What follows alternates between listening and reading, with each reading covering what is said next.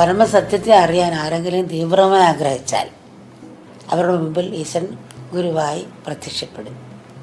ഈശ്വര കൃപ മർത്യരൂപം പോകേണ്ടതാണ് ഗുരു എന്ന് പറയും. അതായത് വെള്ളം ഐസായി വന്നതുപോലെ ഒരു കുരുവിയുണ്ട്, ഇക്കരെ ഇരിക്കുക, പറക്കാൻ ചിറകറ്റിരിക്കുക. മറ്റു കുരുവികളെല്ലാം പറന്നുപോയി. ഈ കുരുവി ചിറകറ്റുക, പറക്കാൻ പറ്റുന്നില്ല. നദി കടക്കുകയും വേണം, പക്ഷെ പറക്കാൻ പറ്റുന്നില്ല.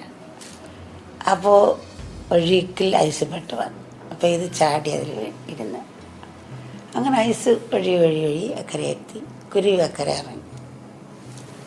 ഐസും നദിയും രണ്ടും വെള്ളം തന്നെയാണ്. അതുപോലെ ഈ നിർഗുണമായ ഈശ്വരൻ തന്നെ സഗുണമായി വന്ന് അക്കരെ കടത്തുകയാണ് നമ്മൾ.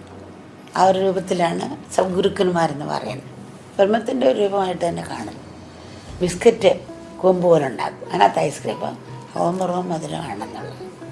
അതാണ് കൃഷ്ണയൊക്കെ അതിരം മധുരം വദനം മധുരം ഹസ്തം മധുരം മധുരാധിപേയാഗ്രഹം മധുരം വേണൂർ മധുര രേണൂർ മധുരം എന്നൊക്കെ നമ്മൾ പാടുന്നത്. എല്ലാം ബ്രഹ്മമാണെങ്കിലും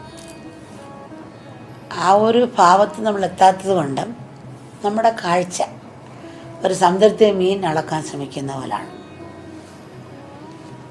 നമുക്കെപ്പോഴും പരിധിയുണ്ട് നമ്മുടെ ആ കാഴ്ചയ്ക്ക്, അറിവിന്. അതുകൊണ്ട് ശരണാഗതിയോടുകൂടി സമർപ്പണത്തോടെ നിൽക്കുക. കാരണം ഒരു തെബിരം പിടിച്ചാക്ക് മേശപ്പുറത്ത് കിടന്നു കൊടുത്താലേ കിടന്നു കൊടുത്താലേ ഓപ്പറേഷൻ ചെയ്യാൻ പറ്റുള്ളൂ.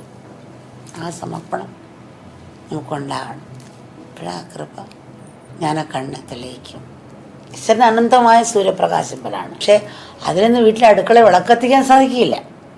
അപ്പോൾ അതിനൊരു മെഴുകുതിരി രൂപ ഒരു തീപ്പെട്ടി പോലെ ആണ് ഗുരുവിൻ്റെ സാന്നിധ്യം. നമുക്ക് പ്രായോഗത്തിൽ നമ്മളെ വളർത്തിക്കൊണ്ടുവരാനും പ്രായത്തിൽ കൊണ്ടുവരാനും ഒരു ഗുരുവിൻ്റെ സാന്നിധ്യം അതുപോലെയാണ്.